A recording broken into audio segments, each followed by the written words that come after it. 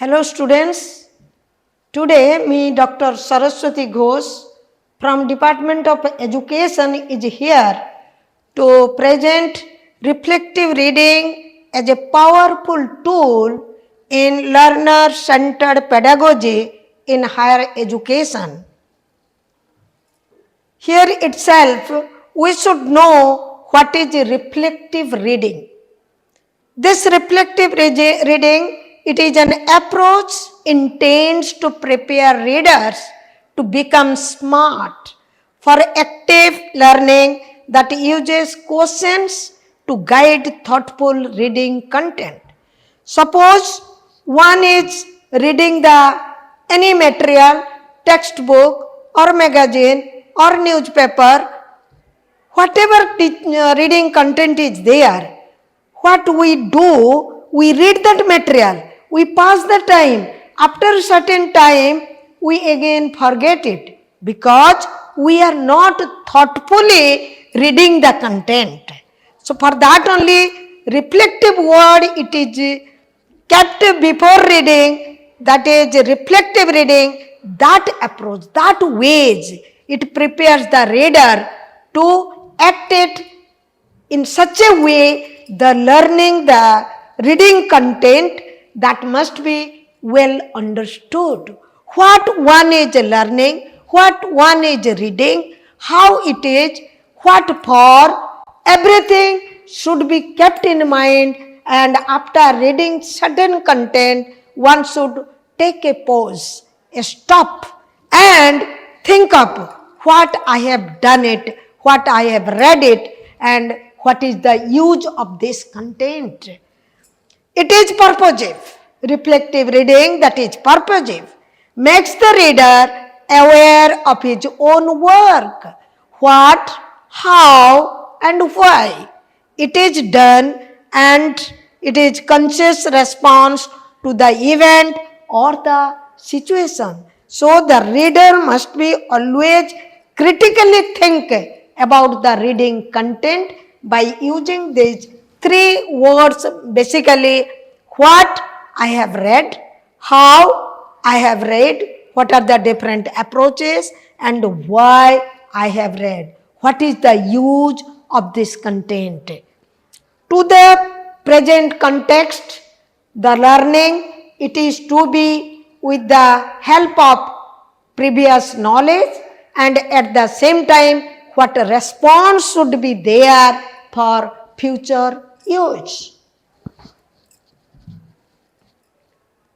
Here it's a reflection cycle, that is reading one.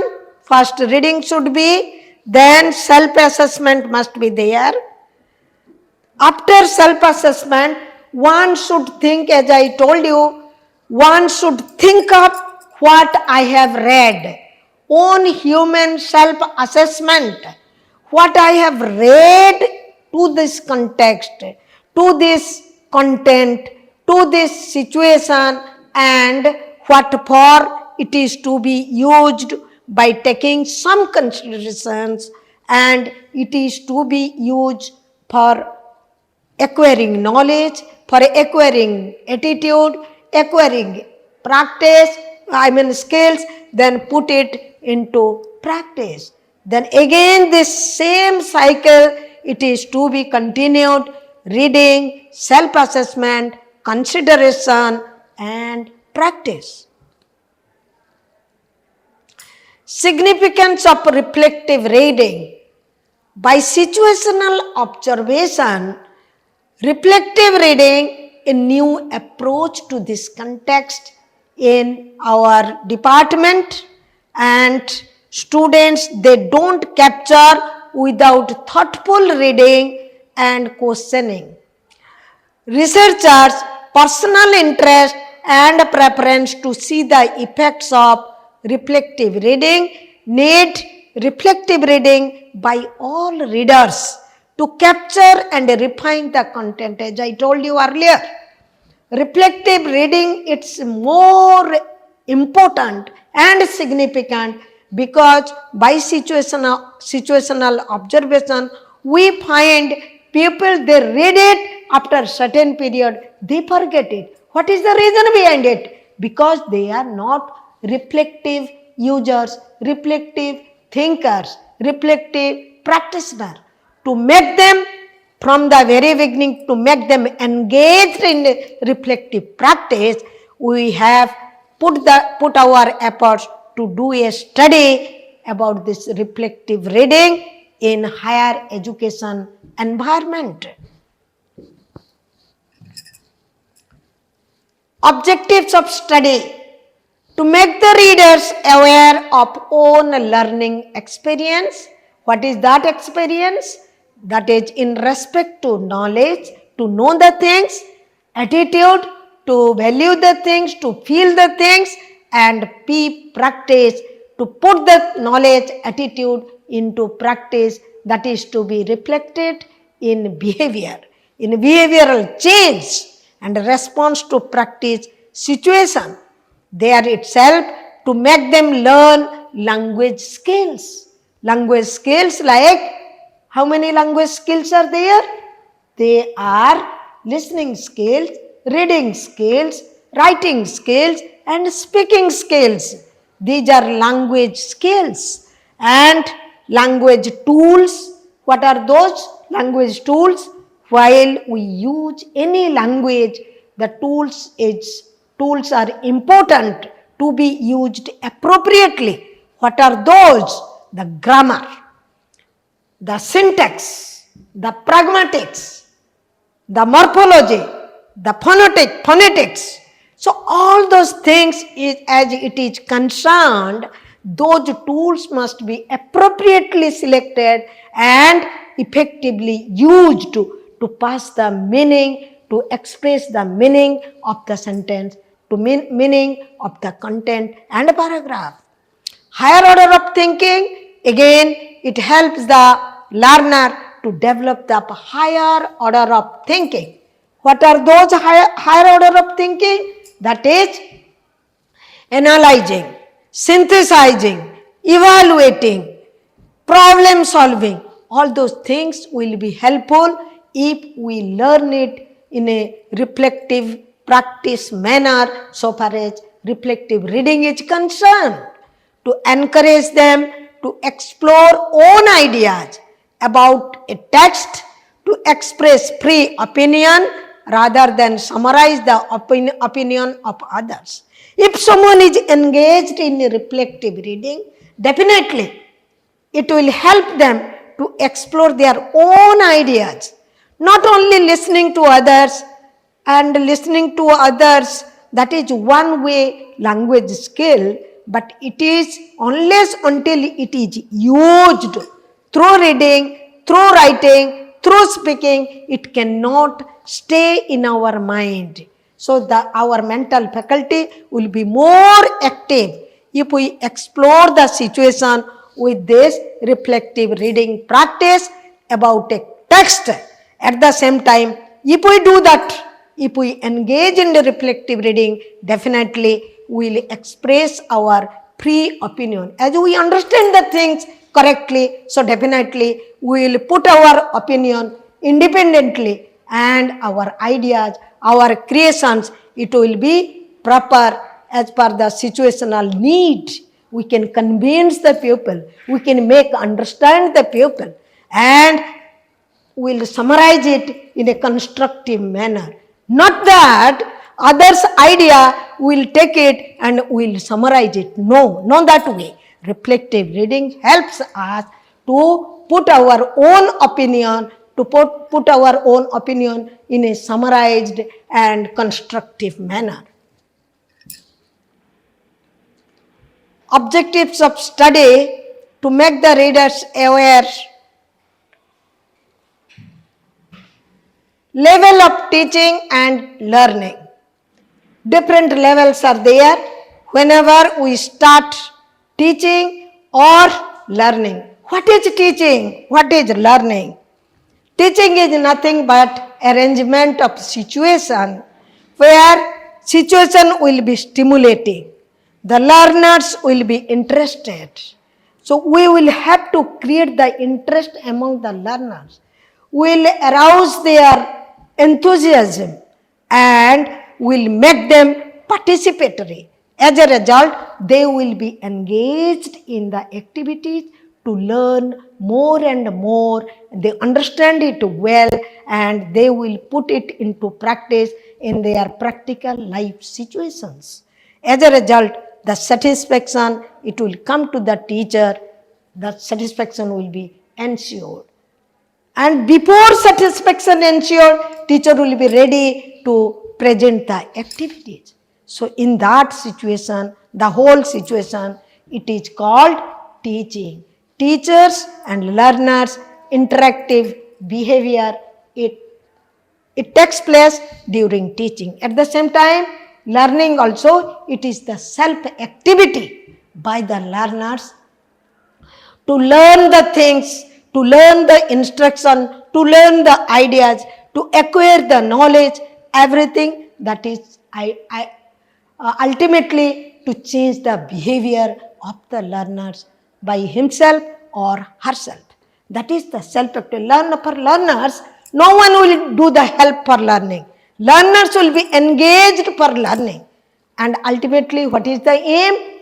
To change the behavior in expected and accepted manner by the society.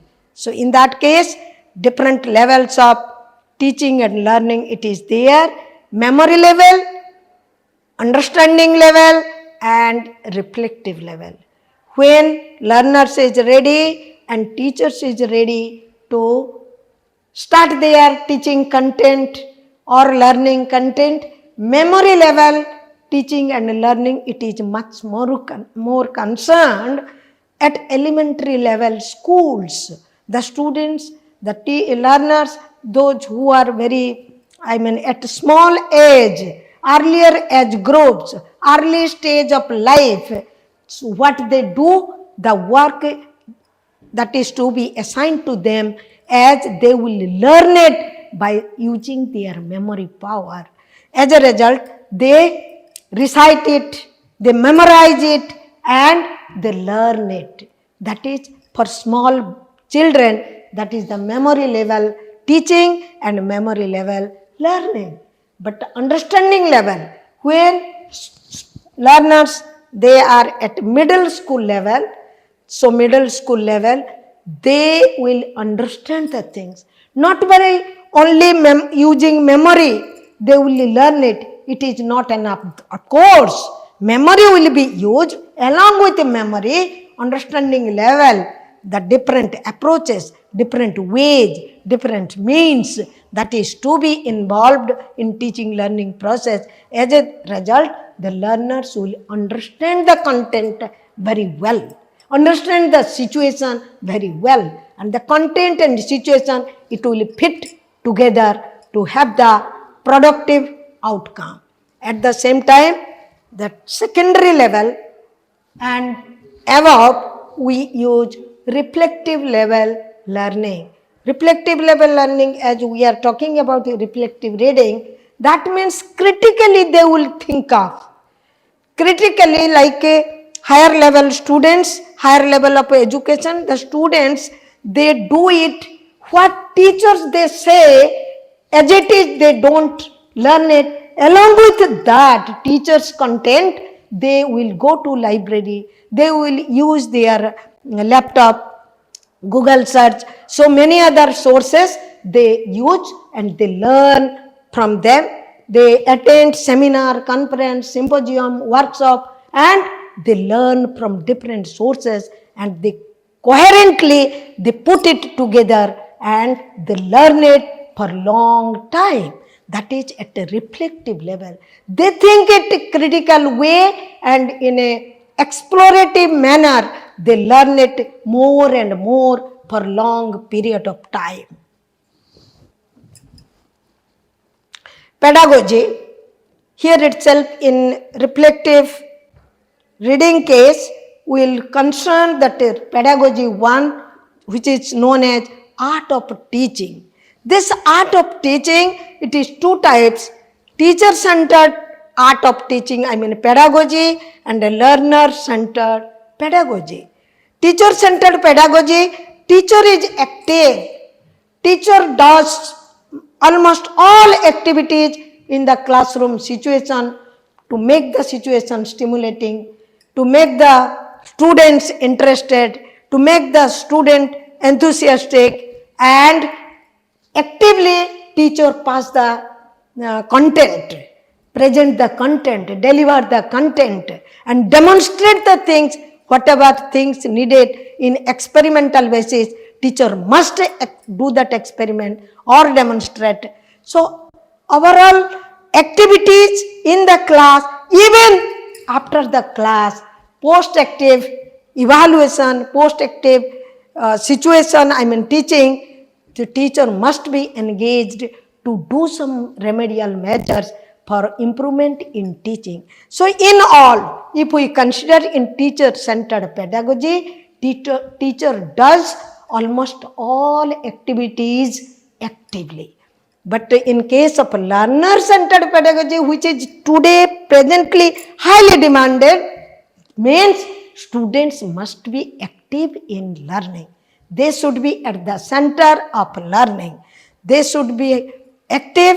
They should not be passive one, and they should be engaged in learning different content in different situations from different sources, and they will enrich their material. They will upgrade their material. They will make it bulky materials, and they will build that new knowledge, and they will keep it for long time, and when practical life situation comes, they will use that knowledge to solve the life situational problems. Learner-centered pedagogical approach, collaborative approach. Collaborative approach means group approach. Group approach, here itself there is a saying, two minds are better than one. If people, students, they will do the work in a collaborative manner, in a group manner, with that team spirit, so definitely all will be engaged, everybody's efforts to be encased, and their materials, what they collected, they will discuss, they will share, exchange, by which each one will be benefited by that materials, because it is collaborative approach. Second one, that is constructivist approach, constructive approach. That is what it is. After getting that basic knowledge, the learners must be determined to understand the things very well, and keeping the step on that basic knowledge, will be able to build new knowledge, new concepts, new ideas, new theories. So all those things that will come, it is also learner-centered pedagogical approach. Inquiry-based approach, students only being passively, they will not learn what learning will be there, that is not enough. It is to be inquiry-based, means students will be always having their quest in their mind to get the more and more things, what is appropriate things, and what should be the excellent one, quest for excellence. As a result, they will put the questions to the teacher, they will put the question to their friends, and they will learn more and more. That is one approach. Besides reflective approach, there itself, learner will think up critically, learner will know about himself or herself, and what he or she should think it, what he imagines, what he describes, what he explains, what he theorizes, everything it is concerned in that reflective approach. So that way, at the end, the integrative approach, it will be also used by the learners when individual one is not appropriate to one, not fit one. If situation demands to use 2 or 3 or more than that, even in an integrative manner, as per the situational needs, to make the content wholesome, holistic one, for holistic development, all-round development of the personality, definitely this approach, integrative approach, that is to be used. Review of related literature for this reflective reading. Harmer about the thinking and rethinking for productive learning. He emphasized. Gavard, word choice. When we go for that reflective reading, definitely we will go for that vocabulary, word choice, number of words, its meaning, grammar use, syntax, the form of rules, regulations of words, how to use it, pragmatics, the different words, how it is to be used in different context, coherence and cohesion. Coherence, there should be logical relations. There should be practical, in a situation, it is to be systematically, orderly, it is to be arranged. As a result, the meaning of the content, it is to be passed to the audience. And cohesion, the words, it is to be properly arranged in a proper style. There should be compact attraction. As a result, no one will be detached, no one will be separated. They will be strongly bounded and they will properly pass the meaning. There itself, the cohesion, coherence, pragmatics, syntax, grammar, rules and regulations, and word choice, the different vocabulary, word power, meaning, everything it is concerned when we go for that reflective reading that is expressed by Gavard in 1996. Campbell, fluency in writing and oral skills. By reflective reading, fluency, reading is there, but through reading, again we will step on writing. How we will write it? Through reading, we will learn the content, and that learning, that everything that this word choice, that means tools of language, the language skills and tools of language, everything it is to be properly used. That is for writing purpose. That fluency in the writing, in an orderly manner writing, in such a manner, it will give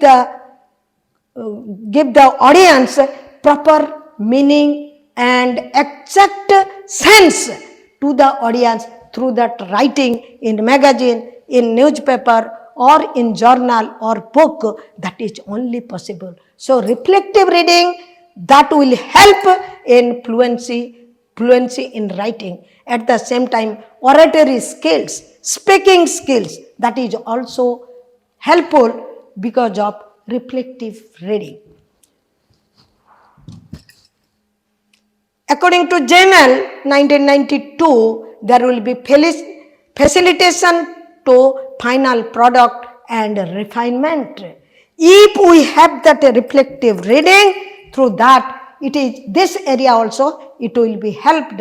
Like what product at the end point, the target point, what is the end point to be achieved as a final product, and with that polishment, with the refinement, that will come. If we don't have that reflective power, then that final product, we cannot make it refined ideas, our opinion, we cannot. So for that case, to make it final product refined one, convincing manner, understandable manner, that is needed. What is that? Reflective reading.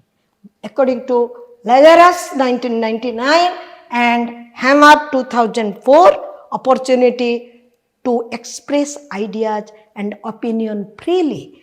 If we learn it through our reflective reading, definitely it will help us to express our own idea, not borrowing others' idea. Borrowing idea one time you can, but other time definitely it will go out, it will disappear. So for that only one should have that own idea, own freedom and own opinion. That will be done only possible if we have that beginning reflective reading. According to Norris and Ennis, 1989, higher order of thinking. Earlier, of course, I have told you, through reflective reading, if we are really conscious enough from the very beginning, during the time of throughout that reading process, definitely our higher order of thinking like analysis, synthesis, evaluation, problem solving, exploring, giving our own ideas in an independent manner, everything that will come to that individual who is engaged in reflective reading. Materials and methods, here itself we used some reviewed materials that was collected from library based on preliminary study, inquiry mode, explanatory research, and for that only some students, they were gathered and questions were given them and answer collected from them.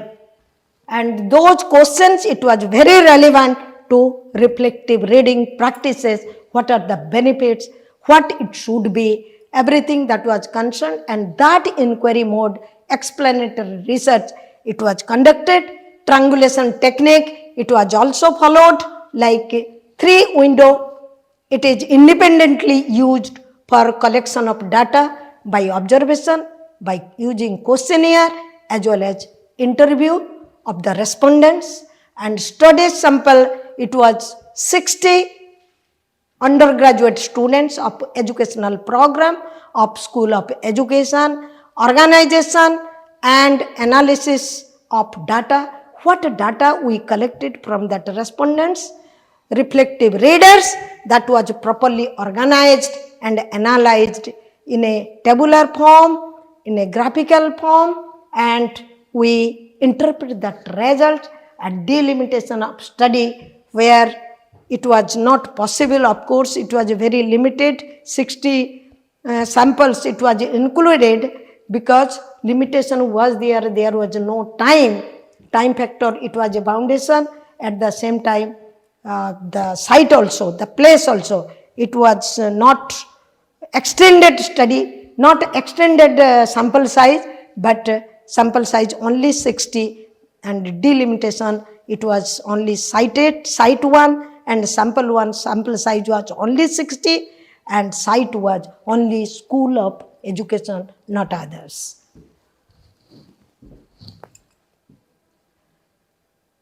Findings, source of reflective reading text, that was book chapter.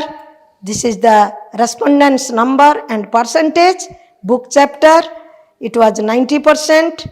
Journal article, it was very few, as well as newspaper, any other also, it was 3.3%. Level of perspective of reflective reading, there itself the perspective level, it was as per the interest of the readers, attitude, understanding, thinking and rethinking. Interest, it was very strong enough, it was 50%, and the rest average and nil, it is already shown here. And attitude, understanding, thinking, rethinking, it was also elaboratively, it was strong side. Next one. These are reflected in a bar diagram form. Benefits of reflective reading, language skills. By reflective reading, reading skills developed, listening skills developed, writing skills and speaking skills. There itself, you will be very glad, reading skills, it was 100% among the respondents. And language tools like vocabulary, word power, grammar, as I told you earlier, the rules of using the different words in sentence, syntax, the system of rules used in sentence, pragmatics, the grammar, the syntax, the vocabulary, the tools that is to be to the context appropriately used, and engaged in higher order of thinking. Earlier, of course, I have already discussed analyzing, synthesizing, interpreting, generating own ideas, organization of text in a coherent manner, organization of text having that cohesion, attraction of words in that proper sentence and content to give the meaning and actual meaning or content substance to the audience level, and at the same time editing the text, it was also in a higher order of thinking helped by reflective reading.